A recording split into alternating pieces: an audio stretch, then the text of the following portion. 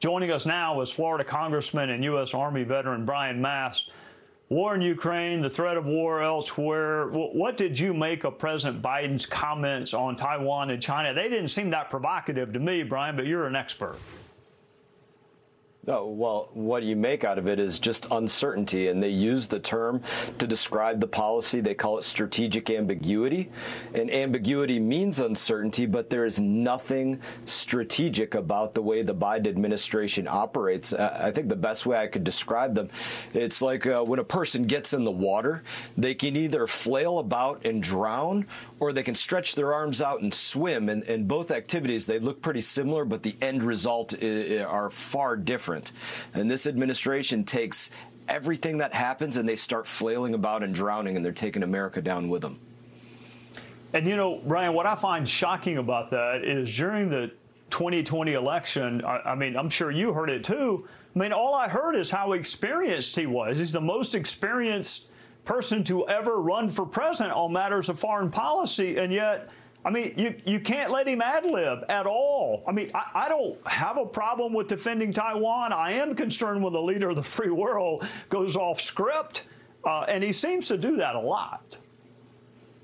You look at his 40 years of experience, whether it's now as the president or as the vice president or as a senator, and the track record is this. He'll go out there and say something, and then right after that, people are going to have to go back after him and clean up and change and apologize for whatever it is that he said. Imagine if I came on air with you here and speak to you, and right afterwards, my staff has to go out there and say, no, everything that Representative Mast just said, no, that's totally wrong. He didn't mean that. He actually meant something entirely different, and that was the entire news cycle. That's what this administration's news cycle constantly is, whether it was the withdrawal from Afghanistan and the lies that came with that, or our southern border, or what's going on with China, Taiwan, Iran, Russia, Ukraine, you name it.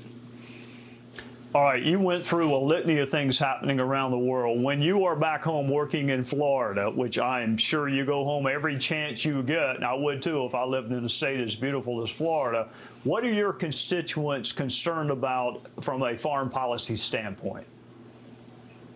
So when they're looking at foreign policy, yeah, they're looking at what's going on in the Ukraine. But when they think foreign policy right now, they're thinking southern border. They're thinking, why are people coming across illegally, getting supplies that I can't even find in the grocery store? They're getting it for free. I have to pay more and more for it increasingly. And they're looking at it as an inflationary issue. Why are my dollars going somewhere else that got pulled out of my pocket after I worked for 40, 50, 60 hours this week, busting my tail?